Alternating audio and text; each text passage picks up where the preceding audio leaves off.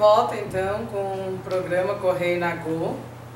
Eu e a Cláudia de Iemanjá, com as visitas que estão no Ilê hoje, Michel do Xangô e Pai Serginho da Oxum. Estou muito contente de ter recebido as ilustres visitas dentro do Ilê, que eu sei que a visita não é só para mim, também é para a mãe Iemanjá, e também de contar com a amizade de vocês dois, tá? Tanto do Michel como do Pai Serginho. E hoje aqui a gente vai contar um pouco da história de cada um, né? Tanto o Pai Serginho como o Michel tem histórias para contar, tem vivências, porque os dois são babás de terreiro, né?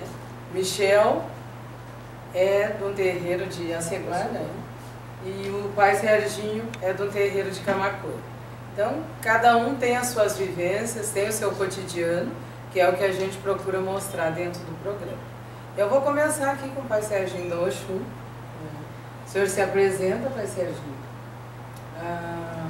Seu nome religioso é Babá Sérgio de Oxum. É de Oxum, de Oxum-Pandá. Com Aganju. Isso. E o senhor é da cidade de Camaquã? É, sou da cidade de Camaquã. Nascido e criado na cidade de Camaquã. Filho? Filho de quem? Sou filho de Elusa. Elusa Tavares e Antônio Tavares. E religiosa? Religiosamente agora, sou filho da mãe Ivani de Iemanjá, né? Também de Camaquã. Também de Camaquã. Conta um pouco da sua história religiosa para nós, Pai Serginho. A minha história religiosa, o meu caminho começa desde criança. Porque Deus da minha avó, nós somos da religião afro, toda a família, né? E fomos criados num dos primeiros terreiros de Umbanda pura de Camaquã, né? Então, a nossa raiz vem da falecida Dodá, né? Do Tupimirim, que era Umbanda pura, né? Da falecida Negrinha, do Ogum, né? Então, vem Deus daí a nossa caminhada, né? Sempre foi na Umbanda pura, né? Sempre a Umbanda purinha, a Umbanda com ervas, né? Com todo aquele ritual que era antigamente, que hoje praticamente não se faz muito, né, Cláudia? Se perdeu. Se perdeu, né? Fui criado num fundamento que hoje eu ainda faço, tudo que eu aprendi eu faço hoje, continuo fazendo, né? Aquele fundamento de se fazer tanto tempo, né, de gira, né, tanto tempo de aprendizado, né, o trabalho com ervas, né, os amacis, também todo o conhecimento da linha de caboclos, né, pontos cantados, que hoje em dia já não canto mais os pontos antigos que eram cantados, né, os ensinamentos, o próprio desenvolvimento hoje é completamente diferente. Eu desenvolvo, meus filhos desenvolvo da mesma maneira que eu fui feito, né? Claro que agora eu tenho a parte de Umbanda também, né? Não é mais aquela Umbanda pura, mas eu conservo toda essa parte, né? E o orixá também, só tem o meu culto é orixá, né? E eu praticamente vivo orixá, né? Eu vivo orixá, eu gosto demais de todos os lados. Mas eu gosto da Umbanda e muito mais assim, vivo o Orixá, né? Que tem que ser cultuado, né? E procuro fazer tudo que eu aprendi, da maneira que eu aprendi, né? Claro, sempre aprendendo, né? Porque a gente tem que evoluir e se aprende, né? O que dá para evoluir? O que dá para evoluir a gente passa por uma evolução. Tem que evoluir. O que não dá, tem que evoluir. Se não evolui... Exato. O que não dá, não se evolui. Sim. Se evolui, mas aquele fundamento continua, né, no caso, não se perde. Né? Agora, Michel, pode se apresentar, então. Tá bom. Bom, eu sou Michel de Xangô. Eu sou... a origem da minha casa religiosa é em Aceguá. Eu sou filho do finado Pai Hélio, do Bará. E a minha nação foi feita com ele, conservada com ele. Há 7 anos e meio, 8 anos ele faleceu, desde então eu me governo. Eu já era pronto há bastante tempo, enfim. Eu achei por bem, com a parte que eu já sabia e com os amigos que eu tinha e com o apoio da minha madrinha também, né, na época, eu achei melhor continuar assim do que desperdiçar o axé que eu tinha herdado e todo aquele fundamento religioso que eu aprendi, que foi, né, tudo por partes, não foi nada feito correndo. Eu achei melhor conservar e manter do jeito que eu estava, já que eu estava bem com isso, do que de repente partir para um outro caminho ou para um outro lugar que fosse, talvez, não digo que fosse me prejudicar, mas que talvez fosse me tirar daquele caminho que para mim estava bom no momento. Daí eu tenho Umbanda também, sou pronto na Umbanda, na Quimbanda também. A minha Umbanda foi feita com a minha madrinha, que era esposa do Pai Hélio, né? Que é a Lídia, da Oxum. Ela era filha do finado pai de Xangô, que morreu em Rio Grande esse ano passado agora. Não estou lembrada agora do nome dele, mas eu sei que fazia as festas da Iemanjá. Fazia as festas da Iemanjá em Rio Grande. E aí desde isso eu tenho mantido, assim, eu também fui iniciado com bori de ervas, depois com aribibó, depois com bori de aves, para depois, muito adiante, fazer um 4 pés e me aprontar, e antes disso tive que aprender muita coisa, que eu estava comentando contigo hoje, né? Tive que aprender muita coisa e tive que passar por muita situação que para mim na época até às vezes eu achava que pudesse ser ruim, que eu não gostava, porque eu era novo, eu era muito rebelde, e eu não entendia as coisas como tinham que ser. E hoje em dia, se eu for parar para olhar anos atrás da minha trajetória, eu agradeço pelas cobranças que eu tive, tanto do meu orixá quanto do meu pai de santo, porque me deram amadurecimento, me fizeram com que eu enxergasse a religião de uma outra forma, que eu não via no momento. Mas todos nós passamos por isso. Exato. É preciso passar por isso. Eu tive eu tive uma vivência que para mim foi aquele momento, acho que foi que eu realmente nasci pro orixá naquele momento. Eu já era pronto de 4 pés e até então eu ia, frequentava, fazia todos os rituais que eu precisava fazer, sempre respeitei, mas eu não tinha aquele amor que precisava ter pelo orixá. E aí quando teve uma época que eu tive um problema de saúde, e o meu pai carnal nunca foi de religião africana, nunca gostou, nunca se interessou. A minha mãe carnal sim, sempre foi. E aí eu precisei deitar de 4 pés. E eu não queria, de jeito nenhum, não queria, neguei até o último momento que eu não ia deitar. E aí, no dia que eu fui deitar, eu estava ajoelhado na porta do quarto de santo para deitar. E o meu pai, que não era de religião, com a autorização dos orixás, com a autorização do meu pai de santo, eu vi ele na porta, ele caminhava de muletas, tinha dificuldade para caminhar, eu vi ele e a minha mãe carnal, os dois paleteando o carneiro para o Xangô, pedindo pela minha saúde. E aí, quando ele chegou perto, ele pediu para o meu pai de santo, uma coisa que ele não acreditava, mas naquele momento para ele era importante. E ele pediu, ele disse, eu não sei por que eu estou aqui, não sei o que eu estou fazendo aqui, mas se isso for salvar o meu filho, eu faço de coração. Daí eu entendi naquele momento o amor dos dois pais. Sim. Né? O orixá, né, talvez da forma dele, levou o meu pai espiritual, meu pai carnal, naquele momento para a união dos dois pais conseguirem, né, pela minha saúde, pela minha vida. Então aquilo ali me fez enxergar a religião de outra forma, me fez eu renascer para a religião. A partir daquele momento eu vi que realmente existia alguma coisa que era o que eu tinha que seguir, que era o caminho que eu tinha que seguir. Bom, bem bonita a história. Mas Serginho, o senhor, como tem filhos de santo, né, seguidores, como o senhor está vendo atualmente os filhos dentro de um terreiro?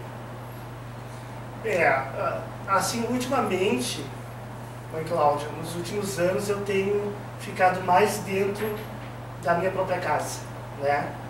Porque há muita diferença hoje em dia entre tudo que se faz, né?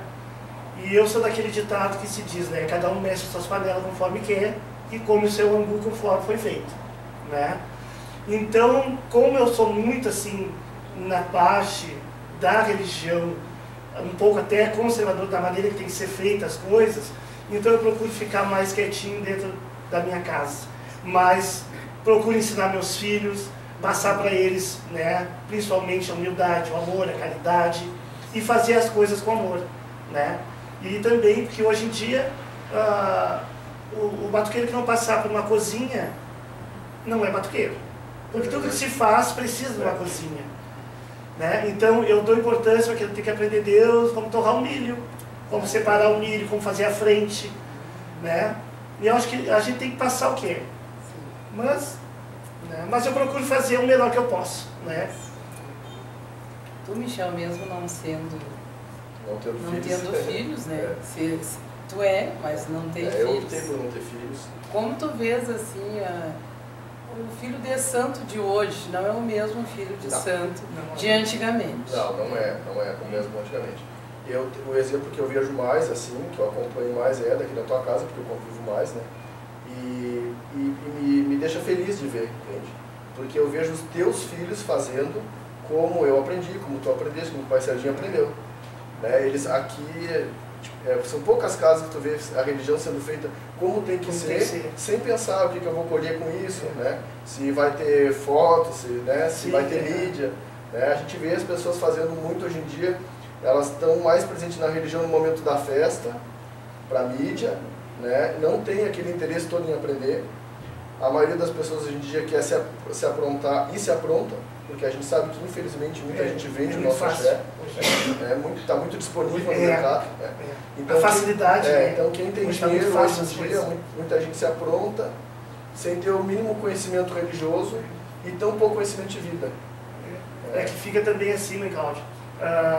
Hoje em dia, por exemplo, claro, não estou falando assim diretamente, ao modo geral, em muitas casas não é mais o orixá que fala, que diz, que ordena, né? É o filho que fala e ordena o que tem que fazer, né? Eu, na minha concepção, eu tenho assim, eu fui feito assim porque quem fez os meus santos foi o pai Edson Dodé, e eu sigo também tudo que ele me ensinou. Então, nesse tempo, por exemplo, assim, começava fazendo o abaci, depois o pombo, depois a ave, sabe? Tudo tinha um tempo, não era o 4 pés direto. E nessa etapa eu ia se aprendendo o que fazer. Aí é hoje o filho que diz, não, eu quero fazer 4 pés com meu pai. Não, é o orixá que tem que dizer, não é o filho. E na época que... Então está muito viradas as coisas, né?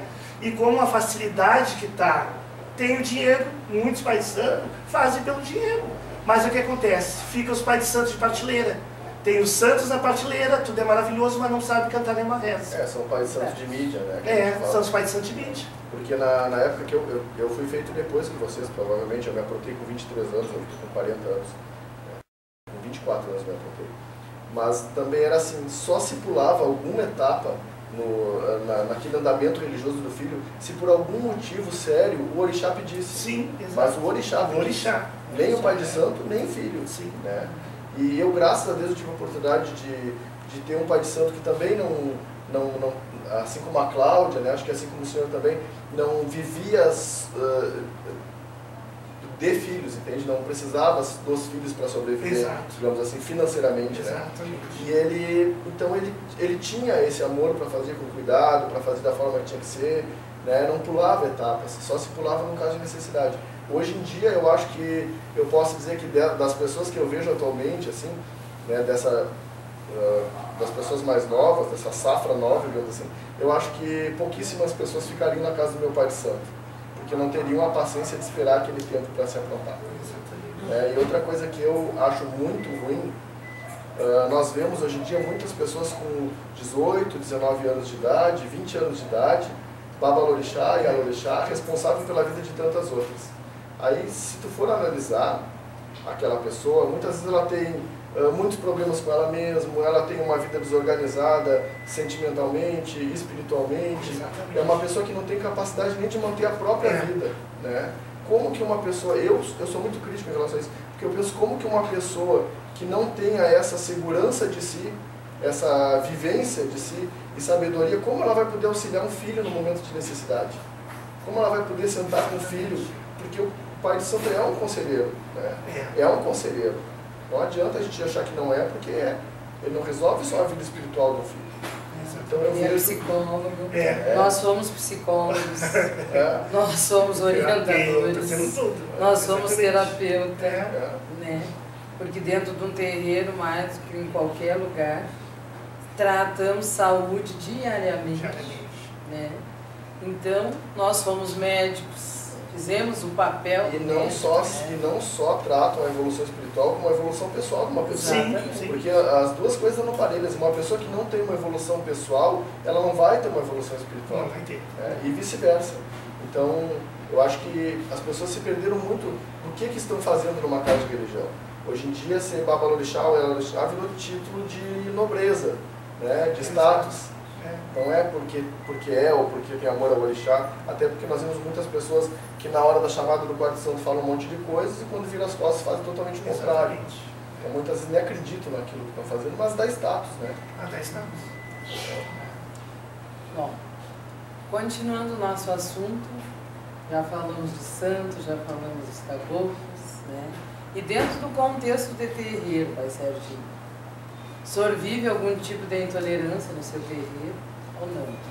De vizinhos, da vizinhança, até de pessoas às vezes que moram longe, mas passam por ali, sabem que tem terreiro. Mãe Cláudia, eu nunca tive esse tipo de problema. Nunca tive, né? Até porque se teria já, bem filho de Oxum, já resolveria a coisa, né? Sim. Mas eu nunca tive esse tipo de problema. Porque eu sempre me mantive de uma maneira, assim, pode dizer, correta. Sim. Então, se é até aquele horário, eu sei que foi até o horário. Eu nunca fiz nada de sacralização ou de ritual aberto para vizinhos, sabe? Então, sempre muito assim. Então, nunca tive problema.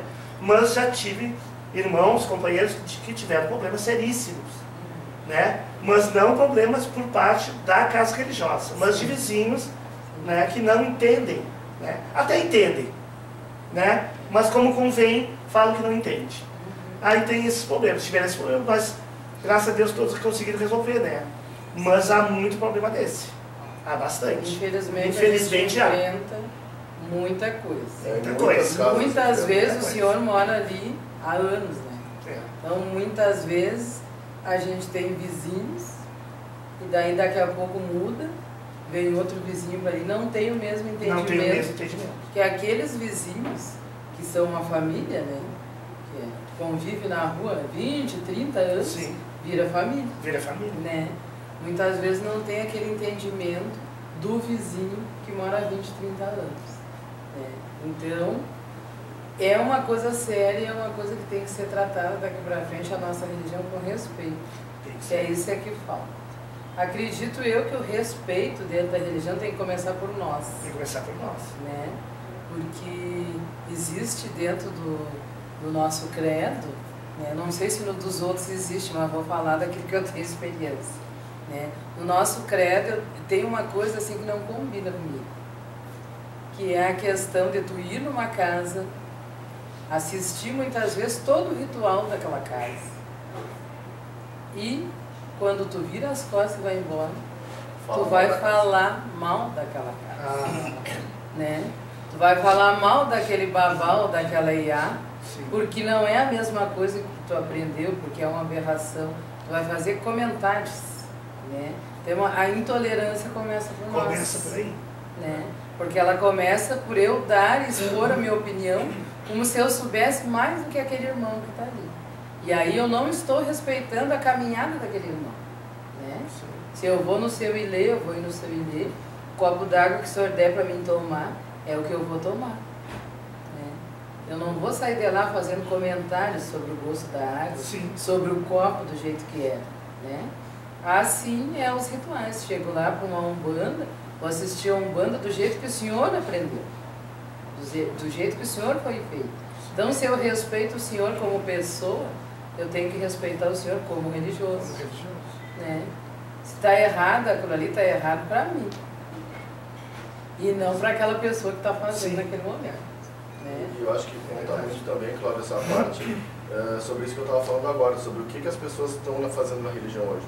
Porque antigamente, eu lembro que antigamente, há uns 15 anos atrás, quando as pessoas iam num batuque, ou numa gira de Exu, ou numa sessão de Umbanda, elas iam para aquele fundamento, com aquela finalidade. Ninguém reparava se a parede estava bem pintada, se aquela cadeira era nova, ninguém reparava nisso, ninguém se preocupava com isso. As pessoas se preocupavam em ser bem recebidas, bem tratadas e principalmente fazer bem feito aquilo que iam fazer lá, né? Levar um pouco do seu axé e pegar um pouco do axé que tivesse lá, que era o que se fazia. Hoje em dia as pessoas vão, a gente não vê batuque principalmente, que eu vejo muita gente que tem só nação criticando muito a quimbanda, e concordo, muita coisa também, né? Mas assim, não está tão diferente, né? Porque as pessoas vão para um batuque hoje em dia, tu não vê as pessoas dançando na roda, as pessoas ficam sentadas pelos cantos, conversando, né? Fumando, porque aquilo ali virou uma vida social para eles. E tudo em função do bendito status. Sim. Porque se eu for para um bar com os meus amigos, ninguém vai saber quem eu sou. Mas se eu for na casa do pai Serginho e eu ficar lá sentado, conversando igual como se eu estivesse num bar, vão saber que eu sou o Michel do Xangô. Sim. Então lá eu sou alguém, então eu vou na casa do pai Serginho fazer o que eu deveria estar fazendo num bar. Exatamente. Que eu acho errado. Então é nessa parte que se perdeu o respeito, porque as pessoas não vão mais pelo orixá. As pessoas hoje em dia chegam no batuque, nem todo mundo mais faz como antigamente, fazer fila, bater cabeça para o orixá dono da casa. Algumas pessoas não fazem. Está se perdendo. E isso é uma falta de respeito, né? Porque se eu for lá e eu não for respeitar o orixá dono da casa, né? Então o que eu fui fazer lá? Não tem porquê de ir. Não tem porquê de ir. E aí, é como diz a Cláudia, a intolerância e a falta de respeito começa entre nós mesmos. Entre nós mesmos. Eu sou o primeiro a dizer, né, Cláudia? Eu, por exemplo, se a pessoa vai na minha casa procurar ostentação, já não vai, porque não tem. A minha casa, assim, a mais simples possível, ela é.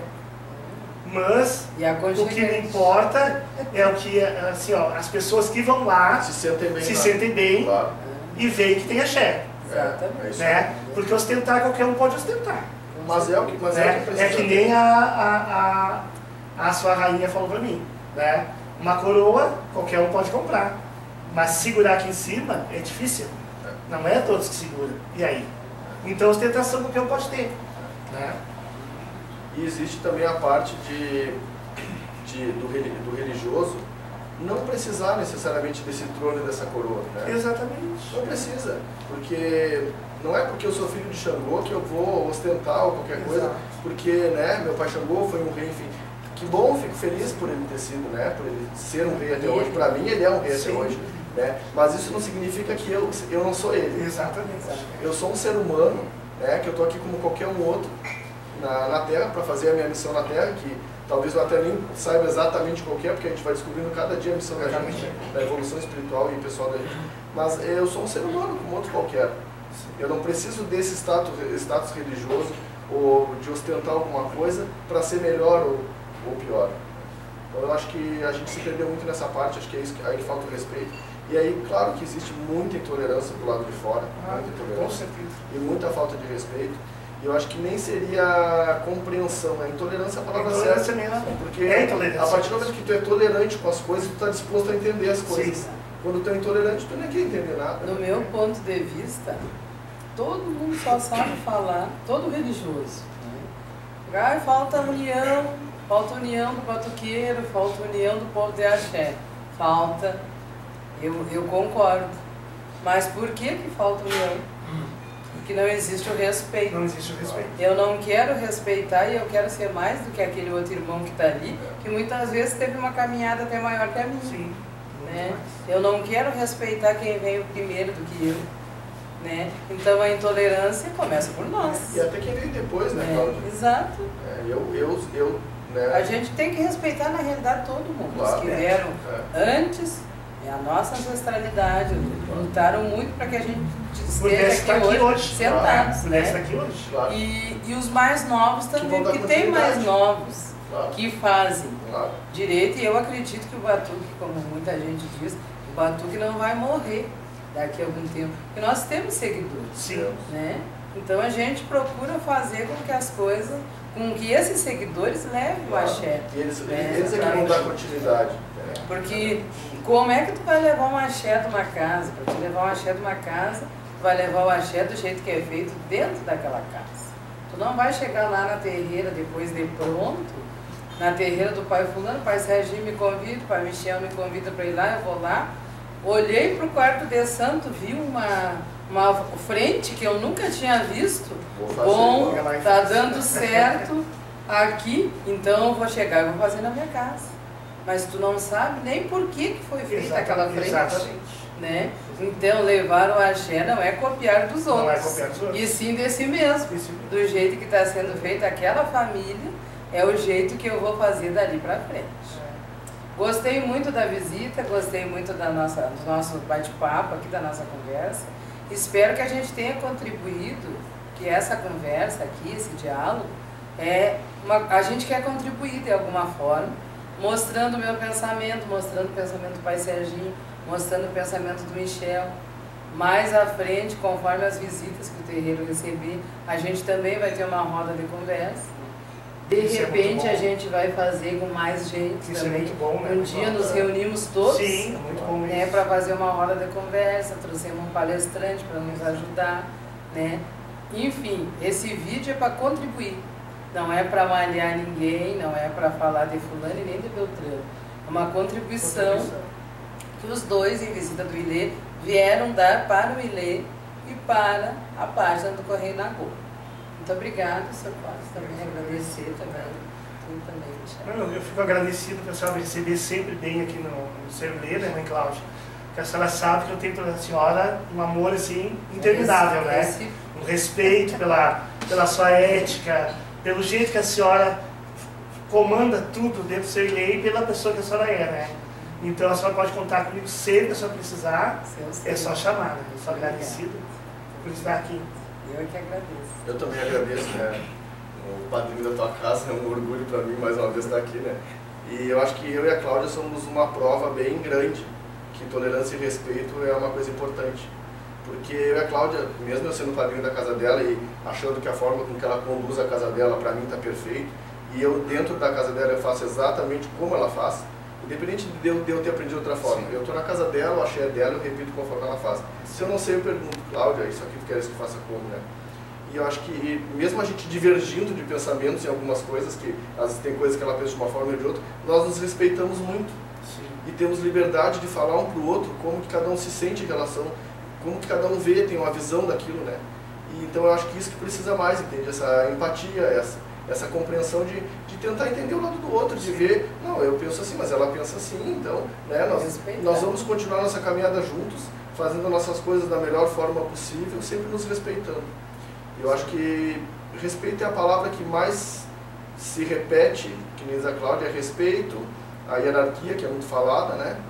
E eu acho que falta essa prática dessas duas palavras, entende? Respeitar não adianta só falar. Não adianta só falar. Tem que praticar. Respeitar quem veio antes, respeitar quem vem depois, porque não adianta a mãe Cláudia fazer um trabalho muito bom e aí, ao mesmo tempo, ela desrespeitar, digamos, um filho dela, que quem vai dar continuidade ao trabalho dela depois. Então, eu agradeço muito a oportunidade também. Espero ter contribuído.